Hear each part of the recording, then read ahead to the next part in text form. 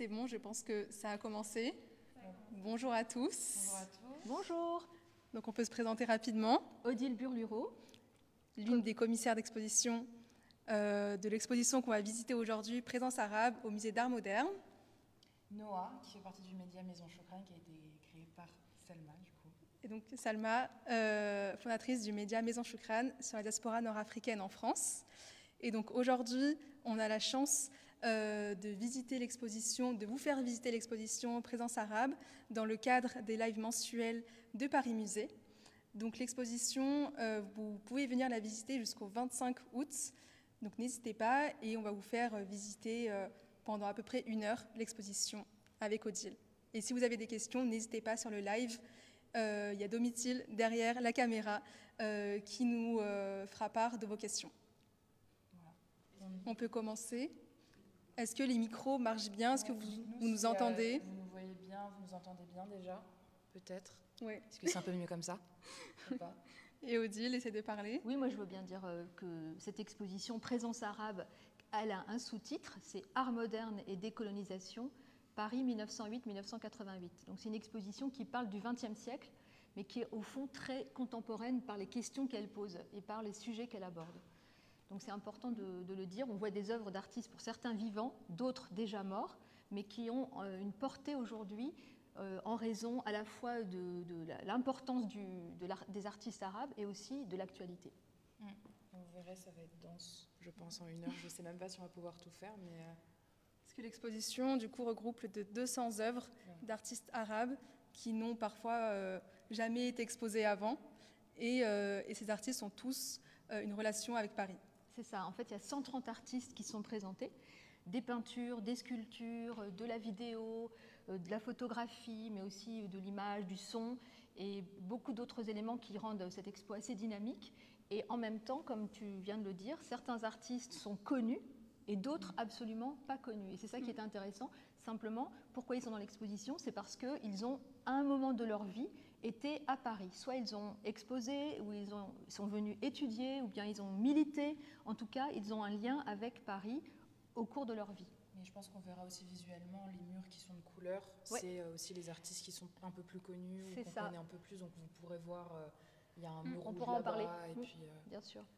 Est-ce qu'on avance? Ouais. Allez, c'est parti. On te suit, Odile. Une question déjà, tout simplement, pourquoi Présence arabe? Pourquoi ce titre? Alors, le titre Présence arabe, c'est une manière de faire référence à un autre titre qui s'appelait Présence africaine et qui est le titre à la fois d'une revue, d'une librairie et de tout un mouvement qui a eu lieu dans les années 40 à Paris avec notamment Léopold Sédar Senghor qui est devenu président du Sénégal ensuite et qui était un homme important. Et c'est vrai qu'on voulait dire quelque chose de cette forte présence, mais qui n'est pas si connue que ça. On voulait la rendre visible, on voulait réhabiliter au fond la présence de ces artistes et leur importance. Donc ce titre dit cela, et le sous-titre dit la période. Art moderne, c'est donc tout ce qui se passe au XXe siècle, décolonisation, parce qu'en même temps, les artistes qui venaient étaient souvent de pays qui avaient été colonisés ou qui étaient encore colonisés, et en même temps, ils découvrent à Paris des mouvements anticoloniaux qui existent aussi dans leur propre pays d'origine, mais à Paris, c'est très différent parce qu'ils se sentent quelque part beaucoup plus libres dans le pays qui les a colonisés. Mais il y a ce sentiment et ces moments importants, soit à travers des syndicats, à travers des journaux, à travers des rencontres entre artistes, entre intellectuels, entre écrivains, qui vont leur faire prendre conscience que des mouvements, depuis le début de la colonisation, se sont opposés à cette colonisation et ont lutté, milité et informé. Donc à chaque fois, dans l'exposition, on essaie de raconter ces moments communs, mais qui ne se rencontraient pas forcément. Et juste, du coup, tu fais partie des 3 commissaires d'exposition. Oui, alors je vais citer mes camarades qui s'appellent donc... ils ont une plateforme qui s'appelle Zaman Books and Curating, et c'est Morad Montazami et Madeleine de Colnay, avec qui on a travaillé vraiment depuis longtemps, parce que pour faire cette exposition, il a fallu faire beaucoup de recherches. Il a fallu rencontrer les familles d'artistes qui ont des archives, il a fallu aller dans les musées, chercher dans les archives des expositions qui avaient eu lieu tout au cours du XXe siècle, mais aussi dans les archives, par exemple, des Outre-mer, donc à Aix-en-Provence, les archives d'expositions qui avaient eu lieu, qui sont conservées dans toutes sortes d'endroits. Et donc, ça nous a permis de trouver des pépites. Et bien, c'est parti. On va découvrir ces pépites. En tout cas, on va découvrir des belles œuvres. Alors, on commence par celle-ci. Voilà, vous avez eu envie qu'on parle de la fiancée du Nil. Donc, c'est une très belle sculpture d'un sculpteur égyptien qui s'appelle Mahmoud Mokhtar et qui arrive en 1912 à Paris, et il va être étudiant à l'école des Beaux-Arts de Paris. Donc déjà, il faut savoir qu'à Paris, on pouvait s'inscrire même si on était étranger, du moment qu'on parlait français, on pouvait entrer et étudier, ce qui n'était pas le cas dans d'autres pays de la colonisation. Donc, c'était pas le cas par exemple alors, en Algérie par exemple, lorsque l'école des Beaux-Arts sera créée, les artistes dits indigènes ne pouvaient pas accéder à certaines classes. Ils ne pouvaient pas faire de peinture, ils étaient cantonnés aux arts dits mineurs. Est-ce que c'est par rapport, pardon, mais je me dis par rapport au statut du coup, certains étaient des protectorats, d'autres des colonies, et c'est peut-être aussi pour ça que, qu'est-ce qui fait qu'en fait certaines colonies avaient accès à cette éducation et d'autres non? Eh bien, les Français ne souhaitaient pas que les artistes dits indigènes puissent avoir accès. Donc certains se rebellaient et inventaient d'autres façons, et finalement ils vont être intégrés dans les collections du Musée des Beaux-Arts dans les années 60, au moment de l'indépendance. Mais en attendant, certains réussissaient à venir étudier à Paris, à justement découvrir ce qu'était l'art moderne dans les écoles et aussi dans les expositions. Et donc ils se formaient et ils étaient en capacité de produire des œuvres magnifiques, mais en Algérie, c'était difficile. Mokhtar, qui lui, lorsqu'il arrive donc à Paris, va être assez vite intégré. Et donc, on est devant cette sculpture qui est extrêmement moderne pour l'époque, bien sûr. Et lui, il a une conscience nationale très forte. Il faut savoir que même si depuis 1922, l'Égypte n'est plus, elle est indépendante, elle reste sous mandat colonial britannique. Donc forcément, l'Empire britannique continue d'exercer une certaine pression. Et par contre, la France est un peu amie de l'Égypte. Donc lui, quand il vient à Paris, eh bien, cette œuvre qu'on voit ici, elle va être montrée, et peut-être on peut juste faire un petit tour et on va aller vers ce mur de couleurs justement, et ça permet d'expliquer les murs de couleurs. Donc c'est les murs qui racontent que l'artiste a eu une exposition à lui tout seul dans une galerie. Donc là on est en 1930, et si vous regardez bien, vous voyez que la sculpture qu'on vient de regarder en vrai, elle est là. Et donc elle est montrée dans une expo à la galerie Bernheim-Jeune, et ensuite elle va être achetée par l'État français. Donc c'est une œuvre de 1929, et en 1930, l'État français décide de l'acheter. Et il va la mettre d'abord dans les collections du Jeu de Paume, le musée du Jeu de Paume, qui était à l'époque un musée d'art, disons, contemporain. Et ensuite, ça va rentrer dans les collections du Centre Pompidou. Et en ce moment, cette sculpture, quand elle n'est pas dans notre musée, elle est à la piscine à Roubaix. Au bord de la piscine, il y a toutes des socles qui supportent des sculptures, et elle est là. Donc, je ne sais pas si je l'ai vue, j'y suis allée. Écoutez, il faudra y retourner, faire un petit voyage là-bas.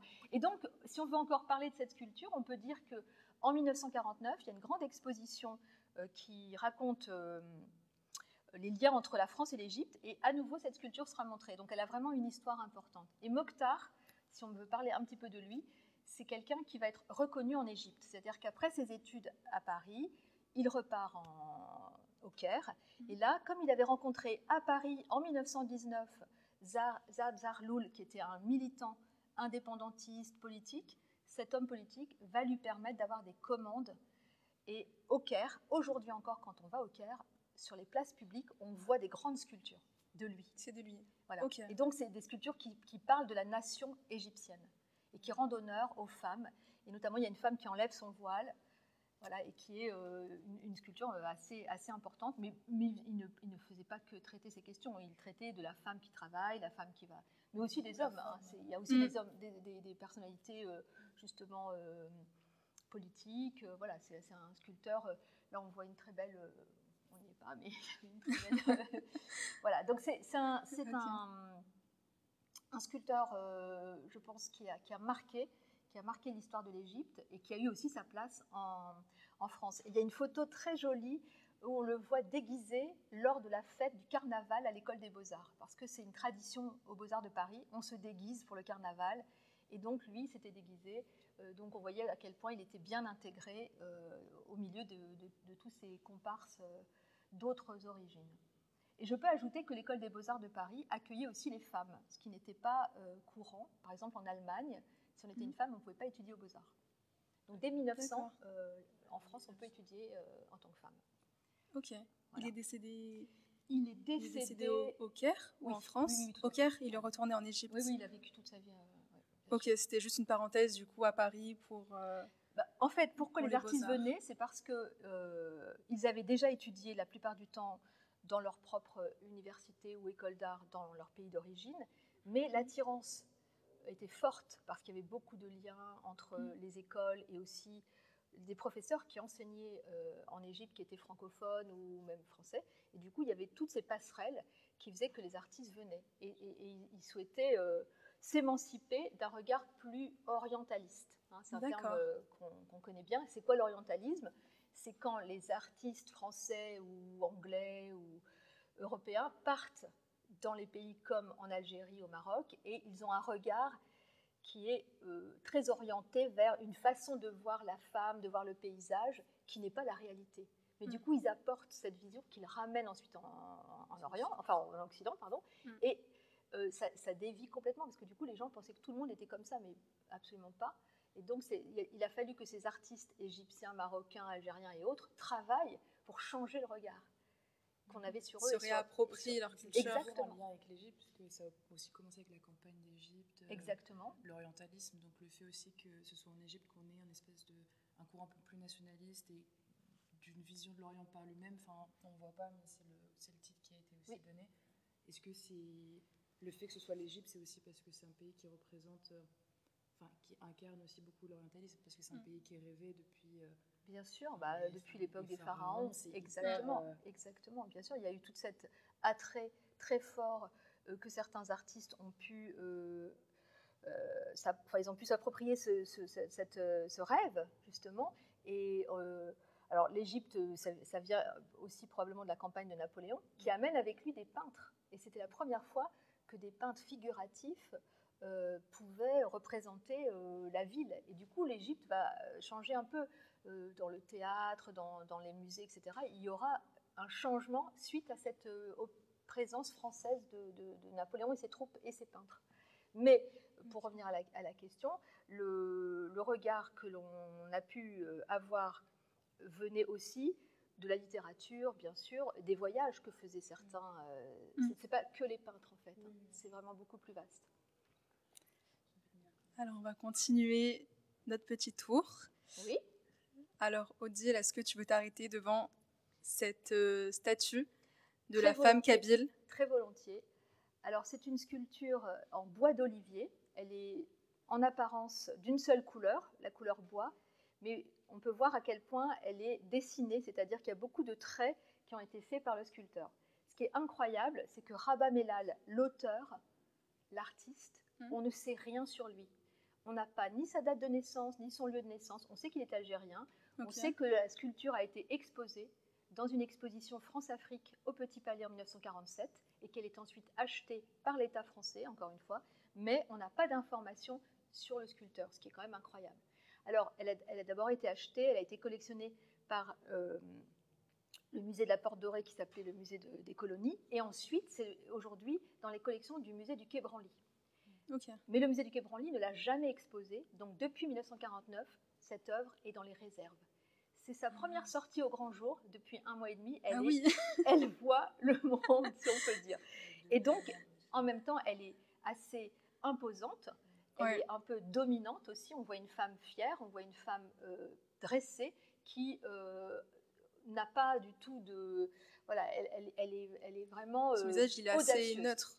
Son visage est neutre, mais sa tenue, le fait qu'elle se croise les bras comme ça, c'est pas une attitude très fréquente, je pense, des femmes de cette époque. Alors, à qui on pense qu'elle fait référence?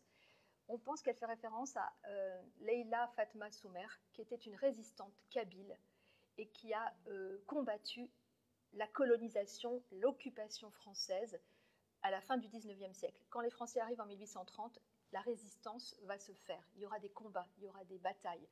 Ça ne va pas se faire tout seul. Et elle fait partie de ces femmes qui ont pris les armes et qui ont combattu. Et donc, elle va être arrêtée et elle mourra en prison dans une prison en Algérie, mais tenue par les Français. Donc elle meurt à 33 ans, hyper jeune.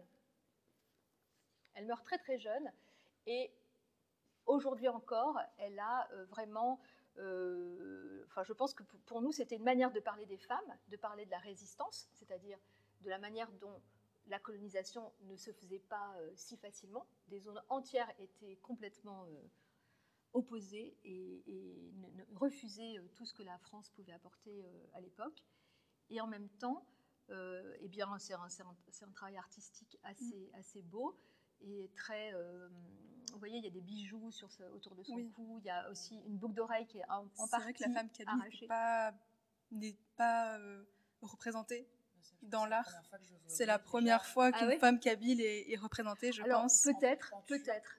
Et quand elle a été montrée, ce qui était intéressant, c'est que quand elle a été montrée dans les années 40, il y a une photo qu'on a retrouvée dans des archives, et derrière, il y avait un tapis noir et blanc tissé, qui faisait vraiment penser à certains motifs qu'on trouve dans la tradition artisanale amazigh, kabyle, berbère, enfin. Et bon, malheureusement, on n'a pas trouvé de tapis de la bonne taille pour pouvoir reproduire cette espèce d'accrochage de l'époque, mais en tout cas, c'est vrai qu'elle a fière allure et qu'elle domine un peu cet espace autour d'elle-même. Pour celles et ceux qui nous rejoignent juste maintenant, on est à l'exposition Présence arabe au musée d'art moderne de Paris, qui est là jusqu'au 25 août. Tout à fait. C'est ça. Tout à fait. Est-ce qu'on avance un peu ? On peut avancer, bien sûr. On avance jusqu'à la prochaine salle. N'hésitez pas si vous avez des questions aussi. Alors là, je pense que beaucoup de personnes la connaissent. Une peintre algérienne qui s'appelle Baya.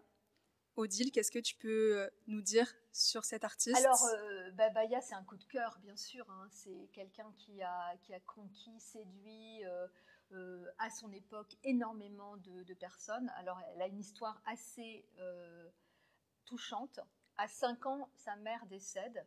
Et donc, elle reste avec sa famille, mais progressivement, on la place dans une famille où la dame qui l'emploie comme personnel fait de la peinture. Et donc, elle-même est très habile de ses doigts et elle commence un peu à s'inspirer de ce qu'elle voit autour d'elle et à travailler. Et donc, très rapidement, on se rend compte qu'elle a un talent. Et un ami artiste de cette famille parle à Paris à un galeriste connu qui s'appelait Aimé Mag, qui avait une grande galerie qui existe aujourd'hui toujours à Paris et qui a une fondation à Saint-Paul-de-Vence. Et donc Aimé Mag se dit mais ça c'est très intéressant, donc il va à Alger, il va la voir et il l'invite à exposer dans sa galerie. Donc elle a à peine 16 ans et elle se retrouve à Paris alors qu'elle est orpheline, autodidacte, algérienne indigène. À l'époque on les appelait indigènes les artistes. Et donc, elle a un succès incroyable, au point que Vogue fera une double page dans son numéro sur elle, que Christian Dior, le couturier, va lui acheter des œuvres, qu'elle sera aussi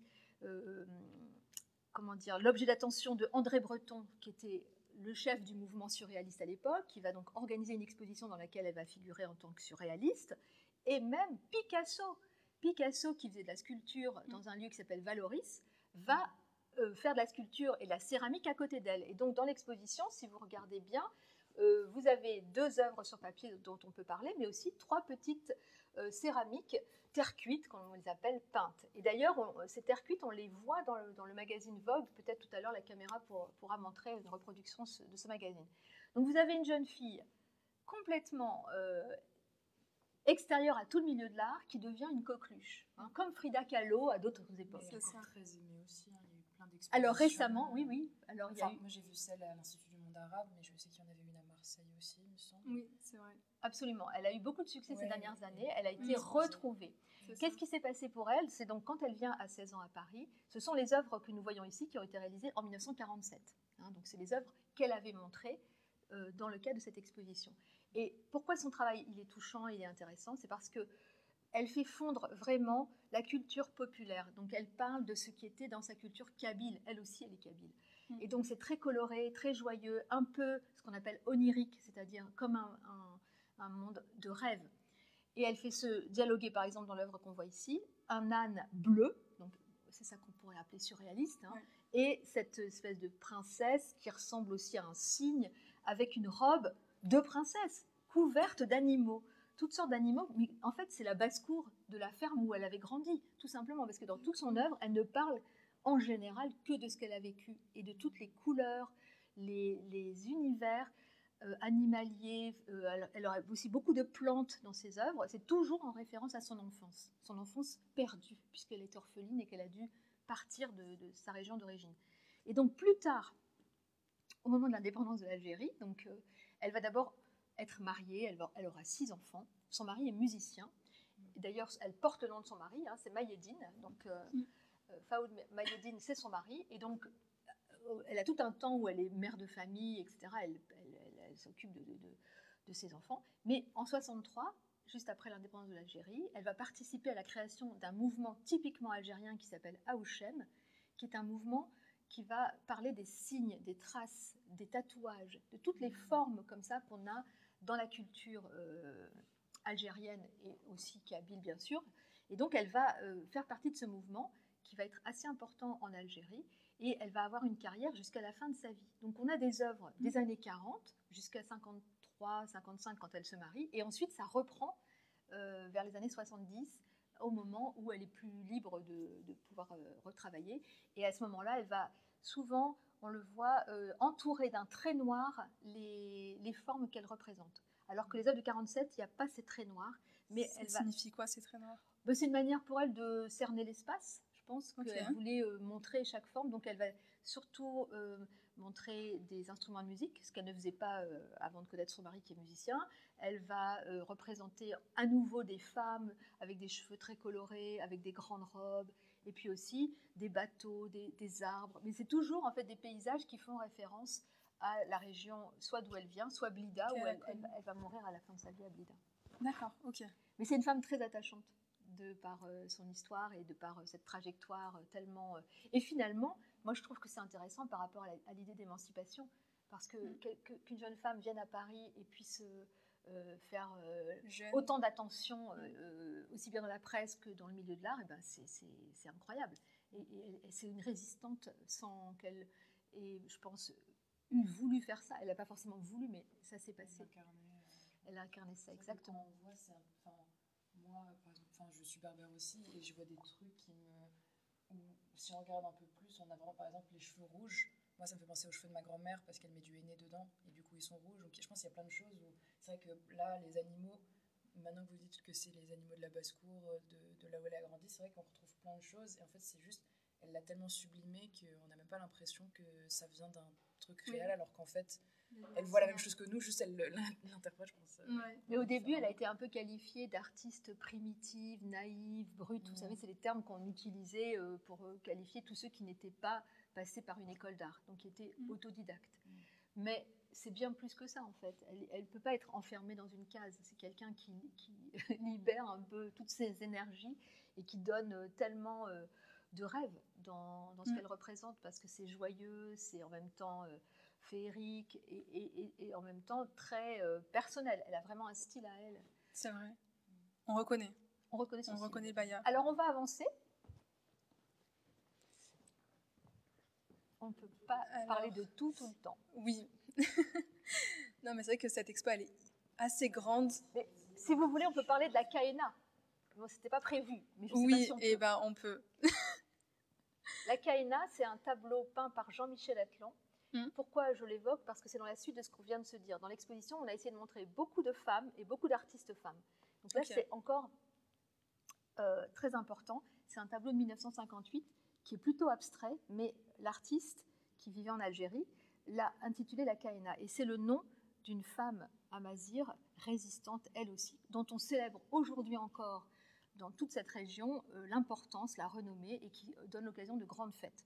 Donc, la Kaena, c'est vraiment un symbole, encore une fois, de résistance à l'occupation, d'émancipation et politique, et géographique, et féminine, bien sûr, parce que toute femme qui, à cette époque, refusait de se soumettre, c'était quand même très courageux.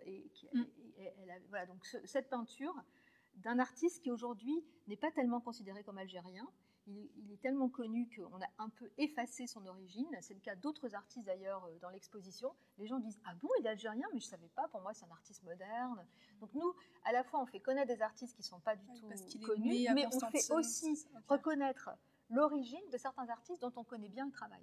Il y a ces deux aspects dans les présentations qu'on a fait ici. Il a étudié la philosophie à la Sorbonne. Ah bah lui, c'était un artiste résistant aussi parce qu'il a été... il a failli être arrêté, interné pendant la Deuxième Guerre mondiale parce qu'il était juif. Et donc, il y a tout ce rapport aussi à toutes les formes d'oppression. Donc, quand il célèbre cette femme, quelque part, il célèbre toutes les résistances, pas que celles liées à l'occupation française en Algérie. Ok. Alors, la suite, Odile, vers où normalement, on continue. Donc, en fait, l'expo, elle est chronologique. Donc là, on est dans les années... On ne l'a pas précisé, mais il y a 4 chapitres. Voilà, il y a 4 chapitres. On vient d'être dans le 2e chapitre. C'est ça, ok. Qui donc commençait en 1937 et se termine en 1956.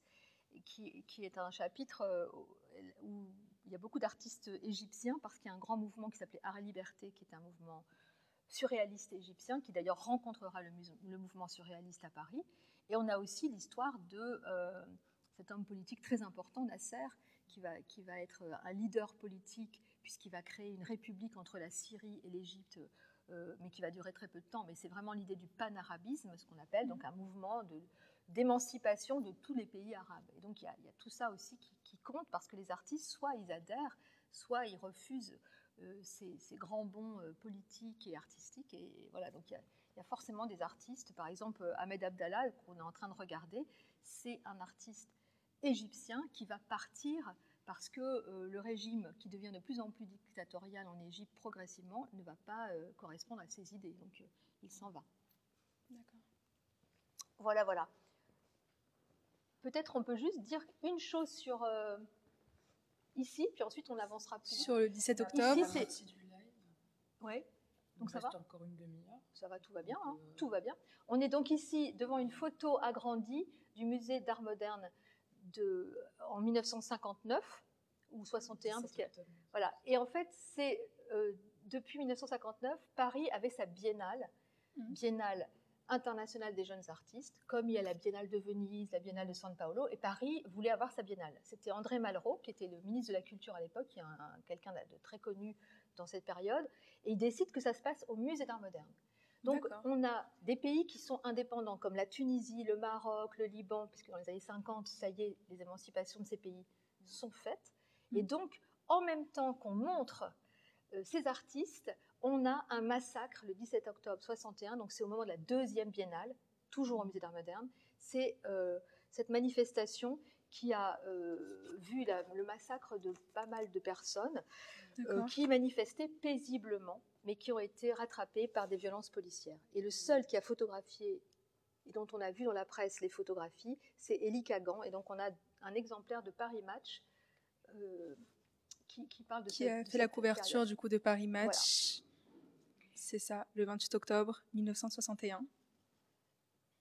Et pourquoi raconter ça? C'est pour montrer qu'à la fois on célèbre les artistes arabes et en même temps on continue d'oppresser les populations arabes de Paris.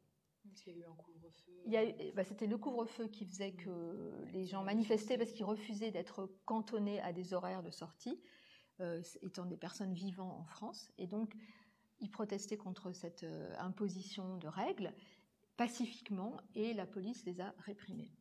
Et il y a eu au moins 200 personnes jetées dans la Seine et des milliers d'arrestations, des tortures, etc. À l'époque de Maurice Papon, et il y a des plaques commémoratives, mais on en a parlé récemment à l'Assemblée nationale aussi. Puisque Papon était préfet de la Seine à ce moment-là. Exactement. Alors dans l'exposition, c'est peut-être intéressant de le dire, on montre des œuvres qui sont dans les collections publiques françaises, parce que, on l'a dit un petit peu au début, les musées ont quand même eu l'intuition d'acheter des artistes qui étaient très populaires et qui avaient un certain succès. Donc on a toute cette reconnaissance qui ne veut pas dire visibilité, parce qu'ils sont achetés, ils sont collectionnés, mais ça ne veut pas dire qu'ils sont exposés.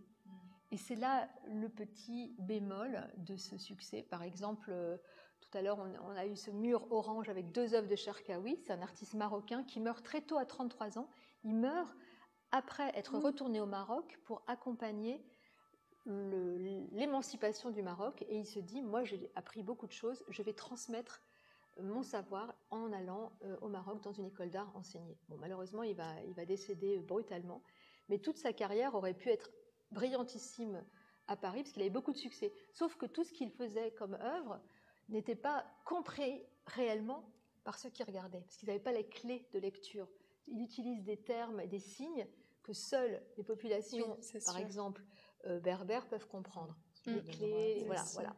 Et c'est une œuvre qui appartient au Musée d'Art Moderne, celle qu'on est en train de regarder. Et les galeristes qui le montraient savaient très bien qu'ils ne savaient pas de quoi ça parlait. Et lui, il avait son propre code. Et c'est quelqu'un qui a au départ fait des couvertures de disques pour une marque de disques. Donc il était assez conscient de comment communiquer, puisque quand on fait une couverture de disque à l'époque, un 33 tours, il faut tout de suite donner envie. Hein. Et donc il était très fort là-dedans. Et puis aussi, on voit la matière, c'était très comme du sable, un peu comme du béton. C'est vrai. C'est pas du tout huileux, hein, c'est très sec comme peinture. C'est quoi comme matière? C'est de l'huile. C'est de l'huile, ok. Oui, l'huile sur c'est toile. de l'huile sur toile. D'accord. Mais il y a des pigments un peu peut-être plus frais autour, mais c'est très asséché. Donc ça donne une impression différente. Il y aurait un mur, en fait. Et son art aujourd'hui, est-ce que c'est un art encore qui est niche, où beaucoup de musées commencent à Non, Ahmed voir Cherkaoui, il est quand même très connu et il a une vraie reconnaissance et une vraie cote. Mais en fait, c'est un artiste. Oui, il a été d'ailleurs dans le monde. Alors, je ne sais pas si en Inde on connaît son travail. Hein, je ne peux pas dire ça. C'est encore.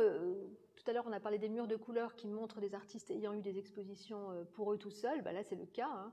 Donc, en 62, il a une exposition dans une galerie Girardon à Paris, et c'est comme ça que il a cette reconnaissance. Mais il est aussi acheté par des collections publiques. Là, c'est deux œuvres qui appartiennent à des musées parisiens.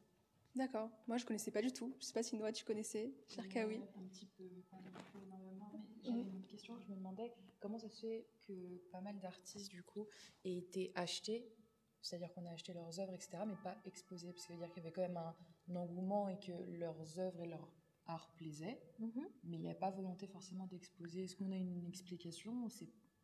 Alors, l'explication, elle est assez... je pense qu'il y a plusieurs explications plausibles. Cherkaoui, par exemple, était proche de Pierre Gaudibert, qui était le directeur d'une partie de ce musée. Donc, il était un peu protégé. Il avait été... Pierre Gaudibert était allé plusieurs fois au Maroc, plusieurs fois en Algérie. Donc, il avait vraiment le souci de faire connaître ses artistes. Mais... Ensuite, quand on a une seule œuvre comme ça, c'est difficile de la faire dialoguer avec des œuvres de la même époque, mais qui sont typiquement de facture moderne, européenne ou française. Donc du coup, c'est plus dans comment montrer l'œuvre que vraiment...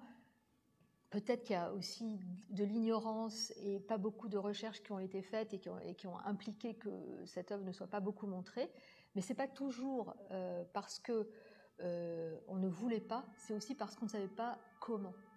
Et en fait, cette exposition, je pense qu'elle permettra à beaucoup de conservateurs de musées, commissaires d'exposition, critiques d'art, etc., de mesurer que ce sont des œuvres pas du tout éloignées et que donc on peut les faire dialoguer bien plus que ce qu'on ne pensait avec toute autre œuvre du monde, tout simplement du monde. Et ça, c'est vraiment important, c'est un petit pas de plus, j'espère. C'est un grand travail déjà, de votre part. Oui, mais nous c'est plus facile parce qu'on fait dialoguer avec des artistes qui parlent la même langue, entre guillemets. Oui. Mais pour la suite, nous on espère qu'il y aura beaucoup d'autres expositions de certains de ces artistes, de certains de ces mouvements, et que du coup ça donnera une plus grande encore visibilité, renommée, réputation, et de ces mouvements et de ces artistes. Est-ce que vous avez eu des réponses de la communauté, on va dire... muséale en France, c'est-à-dire des conservateurs qui se sont dit mais on a des demandes de beaucoup de conservateurs de musées qui veulent comprendre, mieux connaître et qui ont demandé à venir voir en ayant des explications. Donc c'est intéressant parce que du coup ça montre qu'il y a une attente et une méconnaissance et que les collègues ont envie de savoir plus. Ça fait plaisir. Oui, sûr. On ne peut pas dire le contraire. Est-ce qu'on passe dans l'autre salle? Oui, on passe dans l'autre salle, très volontiers. Très volontiers. C'est encore plus moderne, du coup, parce qu'on avance. Alors ici, on est dans les années 60. Ce sont des artistes qui ont été à la fois montrés à la Biennale de Paris, et qui représente ici une école d'art qui se trouve à Casablanca, qui est une école très innovante, parce que tous les professeurs se sont formés ailleurs qu'au Maroc, et ils reviennent au moment de l'indépendance pour ouvrir cette école en ayant à cœur d'apporter des nouvelles façons de concevoir. Alors par exemple, ils vont accrocher des œuvres dans l'espace public. Sur la place du marché à Casablanca, les étudiants mettent leurs œuvres dehors. Et ça, c'est complètement nouveau. Donc c'est pour montrer la proximité qu'on peut créer avec toute personne qui est dans l'espace public. Ensuite, par exemple, les professeurs parlent aussi de se réapproprier toute une pratique qui avait été effacée, oubliée, pas du tout considérée. C'est l'art traditionnel, l'art plus pariétal, par exemple, ce qu'on trouvait dans les grottes, mais c'est aussi les pratiques sur les peaux, sur le cuivre. Donc c'est des artistes qui vont initier leurs étudiants à ces pratiques plus artisanales en disant reprenez les formes berbères, tous les signes, les tatouages justement, et racontez votre propre histoire à partir du patrimoine marocain, et pas d'aller chercher le modèle occidental, le modèle américain, parce que dans les années 60, voilà, il y a aussi la forte présence des artistes américains expressionnistes, abstraits. Mais là, l'expressionnisme abstrait, il est très différent, mais il est fort. Et ça va influencer aussi dans l'autre sens. Et ça, cette exposition, elle le montre. Certains sont venus à Paris pour apprendre et être influencés, mais ils ont aussi cette force de devenir influenceurs eux-mêmes. Ils nourrissent et ils sont nourris. Et c'est cette allée et venue, voilà, qui est très important. C'est une relation comme des mains qui se croisent, quoi. C'est-à-dire il y a vraiment un entremêlement, et c'est dur de dire ce qui vient de quoi. Et ça, c'est, je pense, le plus beau qu'il puisse y avoir. C'est cette nourriture commune, ou cette envie de progresser, de faire. Alors évidemment, cette école existe toujours? L'école de Casablanca, oui, bien sûr. Alors elle est moins avant-gardiste qu'elle n'a été dans les années 60. Elle était reconnue par pas mal de commissaires français et internationaux qui se sont associés d'une manière ou d'une autre à ces initiatives, et qui les ont encouragées, les admirant aussi. Et si on regarde de l'autre côté, là ça représente l'école de Tunis, et le tableau de ce jeune garçon avec une cage, c'est un tableau de Safia Farhat, qui est à la fois une femme artiste, qui était aussi d'ailleurs, qui faisait des très grandes tapisseries, et elle a aussi dirigé l'école des beaux-arts de Tunis. Pareil, on voit bien, et à côté d'elle, Kefi Leroux, qui est aussi une femme artiste, qui était l'élève de Safia Farhat. Donc on voit aussi toute cette, finalement, interpénétration entre la question de la femme qui peut enseigner, qui peut être artiste au grand jour, et qui influence d'autres artistes. Qui a sa place dans absolument, le monde de l'art. Absolument. Et du coup, ce tableau, qu'est-ce que ça signifie, l'oiseau qui est alors l'enfant, évidemment, on peut s'interroger sur le sens profond, mais bon, il tient deux choses. Donc c'est peut-être un enfant qui est sur un marché, qui vendrait des oiseaux, comme on peut avoir dans certains marchés, même encore aujourd'hui, par exemple. Alors je connais pas la situation en Tunisie pour savoir si ça se fait, mais par exemple, je sais qu'au Liban, on vend des oiseaux comme ça, et que c'est très précieux. Et puis, cette branche, alors c'est un symbole, hein, évidemment, la nature, les 4 saisons à travers les fleurs, on peut voir beaucoup de choses. Mais moi, ce que j'aime beaucoup, c'est cette teinte verte qui domine complètement. Même si tout est vert, on a quand même de la profondeur, et c'est pas... Il y a juste il y a un peu d'orange, mais par l'oiseau... On va peut-être avancer. On le rappelle pour ceux qui nous écoutent et qui nous regardent, vous pouvez poser des questions directement du coup à Odile, qui est la commissaire de l'exposition, donc n'hésitez pas. Une des commissaires, pardon. Une des commissaires de l'exposition. Je voudrais juste... Alors, ici, on rentre dans la période du conflit d'indépendance de l'Algérie, qui se traduit à la fois par des artistes algériens d'origine qui combattent, mais aussi des solidarités internationales. Et c'est la particularité qui va de plus en plus être visible. Tout à l'heure, on a vu des artistes algériens égyptiens étaient embarqués dans le surréalisme. Eh bien, ce combat de révolution et de libération, il est soutenu par des artistes. Alors aussi bien ici, on avait un Français, André Fougeron, qui est un artiste réaliste, qui ne parle pas de l'Algérie en Algérie, mais qui parle des Algériens en France. Donc on est dans les années 50, et il dénonce la manière dont les travailleurs immigrés sont mal logés, mal considérés et qui souffrent de situations. Le premier, il vivait dans les bidonvilles. Ces bidonvilles, de Nanterre. Tout à fait Nanterre, bien sûr, là-dedans. Et ici, on a un tableau d'un artiste islandais qui s'appelle Eero, et qui va, peut-être on peut regarder le tableau, qui va donc, ça raconte la bataille de Sétif, qui est une bataille très, très violente à l'égard des Algériens également.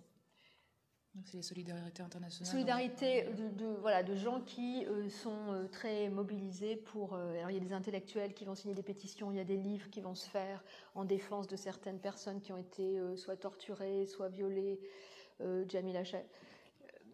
Jamila Boupacha, par exemple, elle a été défendue par l'avocate Gisèle Halimi et Simone de Beauvoir, qui à l'époque étaient des militantes féministes et qui ont pris la défense de cette femme. Mais Picasso fait le portrait de cette femme qui a souffert énormément par la torture des militaires français en Algérie.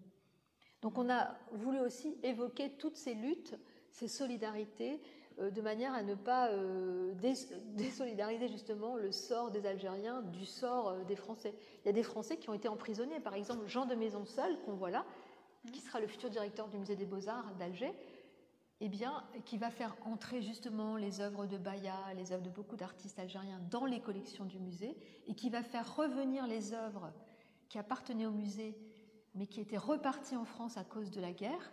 Et il va dire non, ça appartient à l'Algérie, il faut que ça reste en Algérie. Ça, c'était un énorme combat. Et bien lui, il fait de la prison. Et c'est Albert Camus qui écrira dans un journal « Libérez-le, sortez cet homme de prison. C'est pas parce qu'il a résisté, il doit être libre. » Et donc, il deviendra ensuite directeur du musée des Beaux-Arts d'Alger. Musée qui est toujours très important aujourd'hui. On a une question. Oui. Sur en fait, depuis quand a été initiée l'exposition ? L'exposition, on l'a programmée fin 2019. Et elle devait avoir lieu en 2022. Mais comme vous le savez, la période Covid a fait que plusieurs expositions n'ont pas eu lieu et donc ont été repoussées. Et c'est pour cela que l'exposition a été programmée en 2024. Elle a été décalée de 2 ans.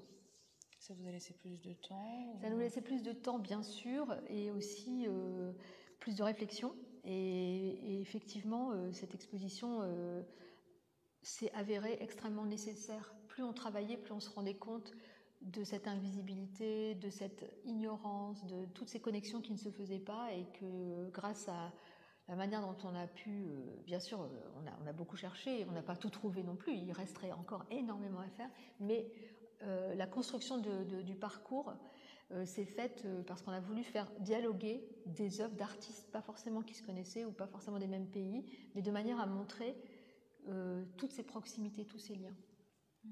Cette conscience qui va apparaître davantage dans la 4e partie, peut-être on va y aller. Oui, la 3e partie qui est consacrée à ce qu'on a appelé les décolonisations, 1956-1967. Ok, donc du coup le 4e chapitre. On va y entrer dans 2 secondes, juste ici, qui s'appelle L'art en lutte, de la cause palestinienne à l'apocalypse arabe, et qui va de 1967 à 1988. Donc c'est une période évidemment éminemment politique, parce que 67, c'est cette guerre entre Israël et les pays autour, qui va être une guerre qu'on a appelée éclair, parce qu'elle a duré 6 jours, et qu'elle a été une guerre très rapide et donc décisive, et que ça va générer à nouveau, puisqu'il y avait déjà eu ça à d'autres moments en 1948, des déplacements de populations, notamment palestiniennes, qui vont aller vers d'autres pays, donc la Jordanie, le Liban, etc.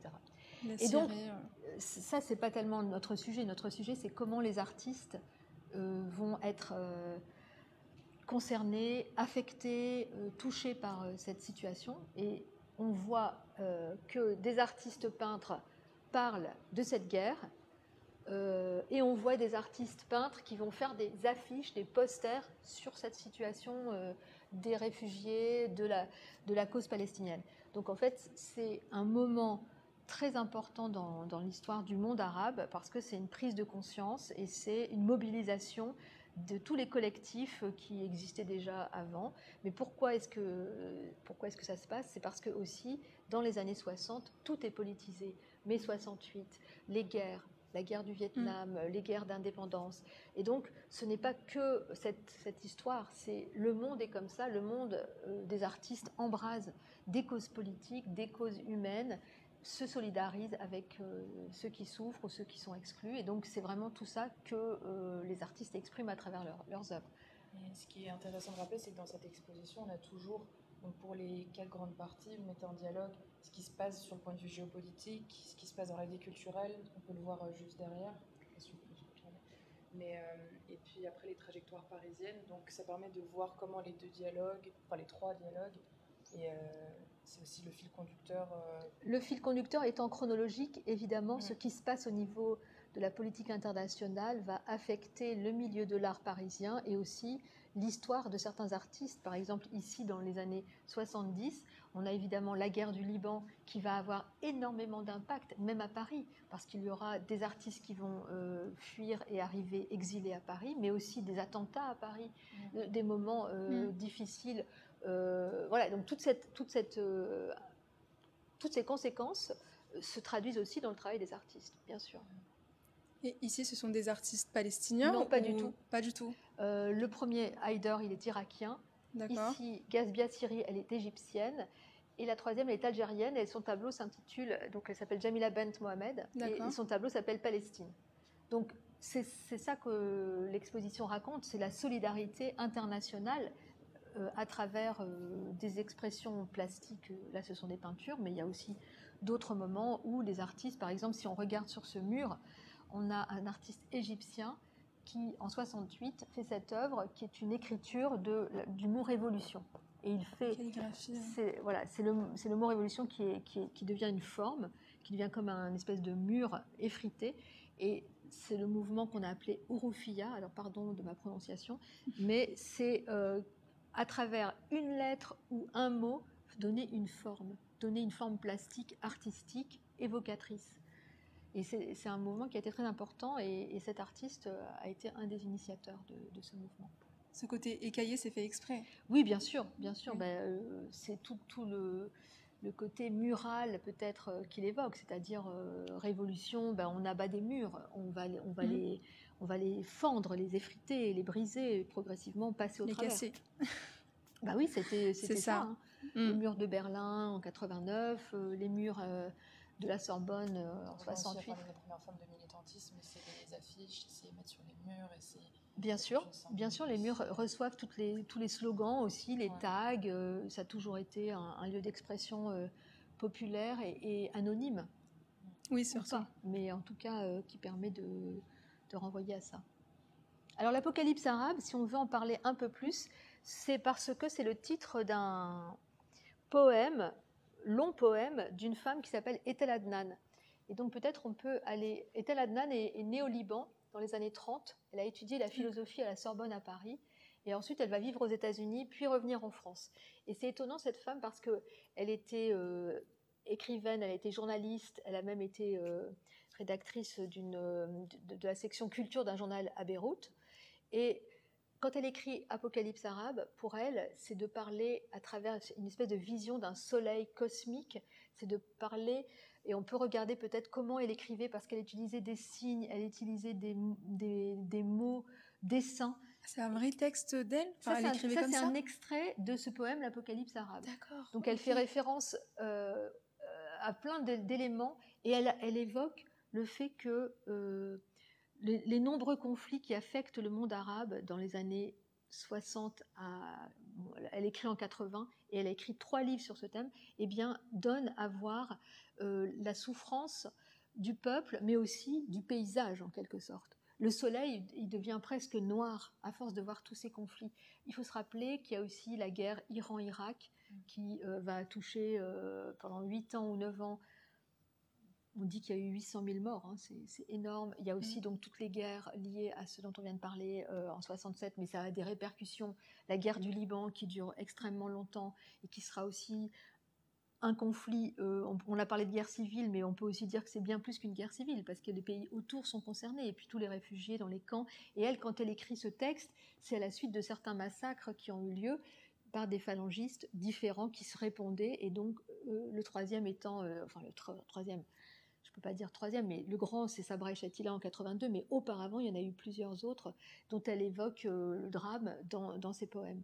Et on va peut-être aller voir ce qu'on a mis dans une petite cabane de manière à protéger ses œuvres. Ce sont des leporello. Leporello, ça vient du mot japonais, pliage, cahier plié. Et donc c'est une technique. C'est comme un livre accordéon. C'est un livre plié, et elle va à la fois écrire et dessiner sur ces petits leporello dont on montre quelques productions, mais elle en a fait beaucoup plus que ça. Et donc parfois c'est très abstrait. Et elle voulait s'emparer d'écriture arabe, parce qu'elle a grandi dans une famille où on le parlait, mais on ne l'écrivait pas, et elle était à l'école française, puisque le Liban était encore, quand elle était enfant, sous mandat français. Donc elle n'avait pas appris à écrire l'arabe, donc elle a appris à le copier. Et donc c'était une grande frustration pour elle de ne pas savoir l'écrire couramment, très librement. Et donc elle l'introduit dans ses œuvres, qui parfois parlent des toits de Paris, qui parlent de gens qui ont migré à Paris. Ouais. Voilà, exactement. Ouais. Et il y a aussi à New York, donc il y en a plusieurs qui parlent des villes où elle a vécu, très colorées, et en même temps, alors ça c'est pas l'Apocalypse arabe, hein, c'est ce qu'on a appelé les leporello, donc c'est d'autres œuvres de cet artiste, qui a eu une reconnaissance il y a moins de 15 ans. Bon, elle est morte il y a 2 ans, et elle a été reconnue, donc elle avait 80 ans. Sinon, toute sa vie, elle était très peu connue. Elle produisait des peintures. On en a montré une dans l'exposition un peu plus avant. Et elle avait une vie modeste. Oui, alors c'est une intellectuelle qui était dans le milieu quand même, hein, mais elle n'avait pas du tout eu des grandes expositions comme elle vient d'avoir depuis ces 15 dernières années. Donc parfois, il faut attendre très longtemps. Et aujourd'hui, c'est son heure depuis quelques années. Elle a eu des grandes rétrospectives dans tous les pays, et beaucoup de musées ont acheté ses œuvres, etc. Donc c'est formidable.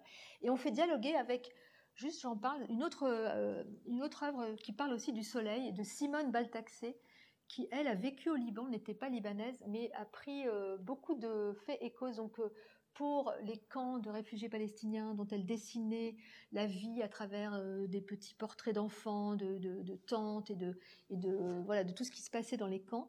Et cette œuvre a été donnée par sa fille au Musée d'Art Moderne, donc on est très heureux de la montrer, parce qu'en fait ça fait vraiment écho au travail de Ethel Adnan, à travers à la fois la question du Liban, la question de la force du soleil, qui est quand même un élément très important dans la vie dans tous ces pays, hein, d'où on aimerait bien en avoir plus.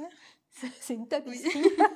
C'est une tapisserie, ouais, tout à fait. C'est ce que je me posais comme question. On ne peut pas s'approcher plus, hein, parce que ceux qui s'approchent, oui, c'est ce que j'ai condamnés. Voilà. Et à droite, qu'est-ce qu'on a? C'est un sculpteur libanais qui s'appelle Shaouki Choukini. Alors lui, il est arrivé après ses études en France, et depuis, il vit en banlieue parisienne. Et pour nous, c'était important de montrer ce travail qui est donc de la sculpture en bois, et qui est comme un paysage sur plusieurs niveaux. Et en fait, ça fait vraiment écho aussi au travail de Simone Baltaxé qu'on vient de voir, qui crée comme des niveaux de montagne ou de mer. Et bien lui aussi, il a tout ce travail très beau, et c'est vraiment un immense sculpteur. Et actuellement, à la Biennale de Venise, qui est donc un grand moment artistique international, il y a 30 sculptures de lui qui sont montrées. Et donc, c'est quelqu'un qui était peu connu, peu visible, et il a cette grande reconnaissance. Donc on est assez content, parce que ça montre à quel point il est important. Je pense que maintenant on va aller vers Huguette Callan, qui fait l'objet de l'affiche de l'exposition Présence arabe. Alors Présence arabe, voilà. Pourquoi c'est important de parler d'elle? Parce que c'est une femme. Donc elle a eu une exposition solo à Paris, à la galerie Waled Faris, donc qui était un galeriste libanais, en 80, mais elle arrive beaucoup plus tôt. Elle arrive au milieu des années 70 à Paris. Elle veut s'émanciper parce que quand elle vivait à Beyrouth, elle exposait dans des galeries, elle avait une production artistique, mais elle venait d'une famille connue parce que son père était le premier ministre libanais, donc elle avait trop de poids sur elle, et donc elle s'émancipe en quittant Beyrouth et en venant à Paris. Et là, elle va travailler avec Cardin, elle va faire des tenues Pierre Cardin, le couturier. Oui. Voilà. Elle va travailler avec lui. Elle va aussi produire ce qu'elle a appelé des bribes de corps. Ce sont des éléments dans les années 70, beaucoup plus érotiques, des très belles peintures. Et là, ce qu'on voit ici, eh bien, c'est un diptyque qui est des années 80 et qui évoque encore un peu ce côté sensuel, ce côté corporel, mais avec des grandes plages de monochrome blanc, tout en faisant vraiment rayonner la couleur et les formes qui s'interpénètrent. Voilà, il y a tout un jeu comme ça sur forme de couleurs et éléments qui feraient penser à des corps ou à des membres de corps en tout cas. Donc c'est une artiste très, très importante dont le travail n'est pas connu ou presque en France, et c'est une découverte pour beaucoup de visiteurs, pour beaucoup même de spécialistes, de voir la force de ce travail, de cette femme. Est-ce que le fond est peint aussi? Ah bah alors il faut s'approcher, mais oui. Il est peint en blanc. Il est peint. Homogène, en fait. C'est vrai. Elle appelle ça espace blanc. Alors pour faire une homogénéité, précis. Il faut quand même faire plusieurs couches, mais on peut voir, et parfois les œuvres vieillissent pas très bien, mais ici elle a vraiment pu peindre cette œuvre de manière très... Et on arrive plutôt à la fin du live sur le compte TikTok France, mais on peut continuer sur le compte de Paris Musée. Donc si jamais vous avez envie de continuer la visite, basculez plutôt sur le compte TikTok. Pour TikTok. les personnes qui regardent le live sur le compte TikTok Live France, basculez sur Paris Musée. Ah, voilà. C'est un autre compte. C'est ça. Autre compte. Alors je ne sais pas, on peut aller voir peut-être des œuvres plus militantes. On te suit, Odile. Moi, j'aimerais bien parler... Les salles peuvent heurter la sensibilité du public. Oui, alors, c'est-à-dire que la sensibilité, elle est peut-être parfois... alors, on va rester à l'extérieur, parce que c'est sombre. C'est une pièce assez sombre. En tout cas, on voulait parler de Nil Yalter, qui vient justement d'être récompensée pour toute sa carrière. C'est pareil, c'est une artiste qui a plus de 80 ans et qui est née en Égypte. Et elle a beaucoup œuvré pour l'émancipation des femmes, pour le travail sur les exilés, sur les réfugiés, sur toutes les populations moins valorisées, dès les années 70 à Paris. Et en 1973, le Musée d'Art Moderne lui prête une caméra porte-à-pack. À l'époque, c'était la seule caméra qui permettait de filmer sans avoir tout un bastringue derrière soi et qui permettait de faire un montage plus facilement. Et donc, elle va faire sa première performance, c'est-à-dire qu'elle fait... avec son corps, elle fait quelque chose qu'elle va filmer avec cette caméra. Et donc, ce sera montré en 1974 ici au Musée d'Art Moderne. Mais c'était un travail très intéressant parce qu'elle écrit sur son ventre des phrases et qui traitent vraiment de la question de la fertilité de la femme, mais aussi de la manière dont on impose cette fertilité et qu'on ne laisse pas vraiment la liberté aux femmes de choisir. Donc, c'était à la fois sur son propre corps, mais sur ce que ça évoquait. Voilà, un acte assez fort. Beaucoup de féministes dans l'exposition, c'est fait exprès de mettre en avant du coup les femmes qui militent. Ce qui est fait exprès, c'est de montrer les artistes femmes. Ensuite, c'est vrai que certaines choisissent de parler de sujets qui sont peu abordés, mais qui sont nécessaires. C'est toujours pareil. Et elles paraissaient extrêmement militantes à l'époque. Voilà, donc on peut continuer un peu vers la fin du coup de l'exposition. Oui, bien sûr. Parce que là, on se rapproche de la fin. Petit mot de la fin. Alors, je ne sais pas, est-ce qu'il y a une œuvre dont vous voulez parler assez grande. Particulièrement ? Moi, j'ai bien aimé comment ça se finissait là. Ouais. On peut...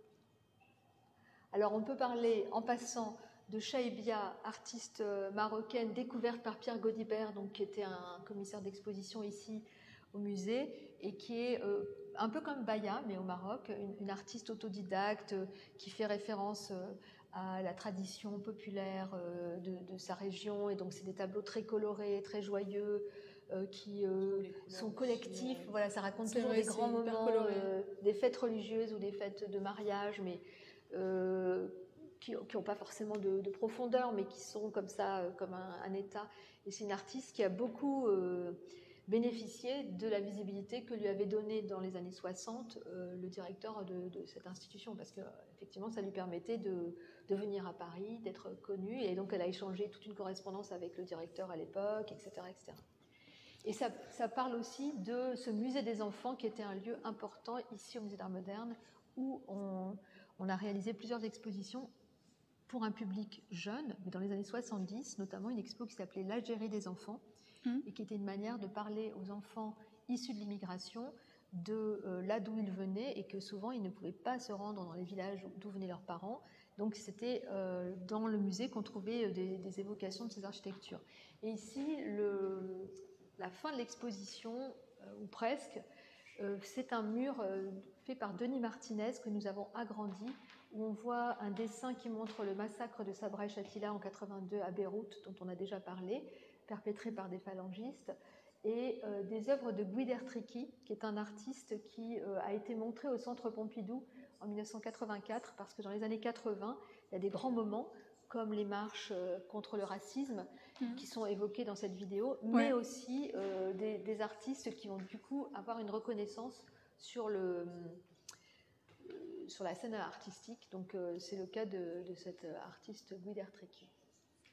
Mais c'était très tardif. Hein. Oui. Voilà, c'est des artistes qui auraient pu avoir des expositions bien avant, mais dans les années 80, on prend conscience de la manière dont sont traités les travailleurs immigrés, les artistes venus d'ailleurs, et donc il y a tout ce rattrapage en quelque sorte. Et ces mouvements de chanteurs aussi, comme on peut le voir ici. Ouais. Oui, ben je pense qu'on s'approche de la fin de ce live. Donc n'hésitez pas à venir au Musée d'Art Moderne de Paris. Jusqu'au 25 août, vous pourrez retrouver cette exposition Présence arabe. Oui, il y a encore plein un mot de la fin.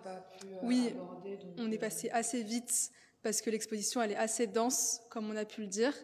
Donc un petit mot, Odile, pour la fin. Merci beaucoup pour cette visite très, très dynamique, et surtout, je pense que ce qui est important de comprendre, c'est que cette histoire qui n'avait pas été écrite, qui n'a pas été vraiment faite, eh bien, le musée y contribue.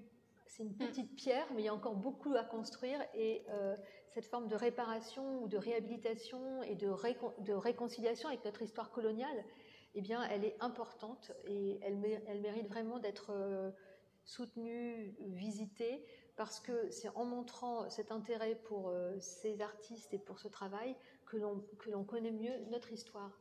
L'histoire des pays et l'histoire de Paris. Donc voilà, moi je vous invite merci à vous trois. Au Musée d'Art Moderne. C'est ça. Merci à vous trois pour tout ce travail de recherche et pour cette belle exposition. Merci. Merci à vous.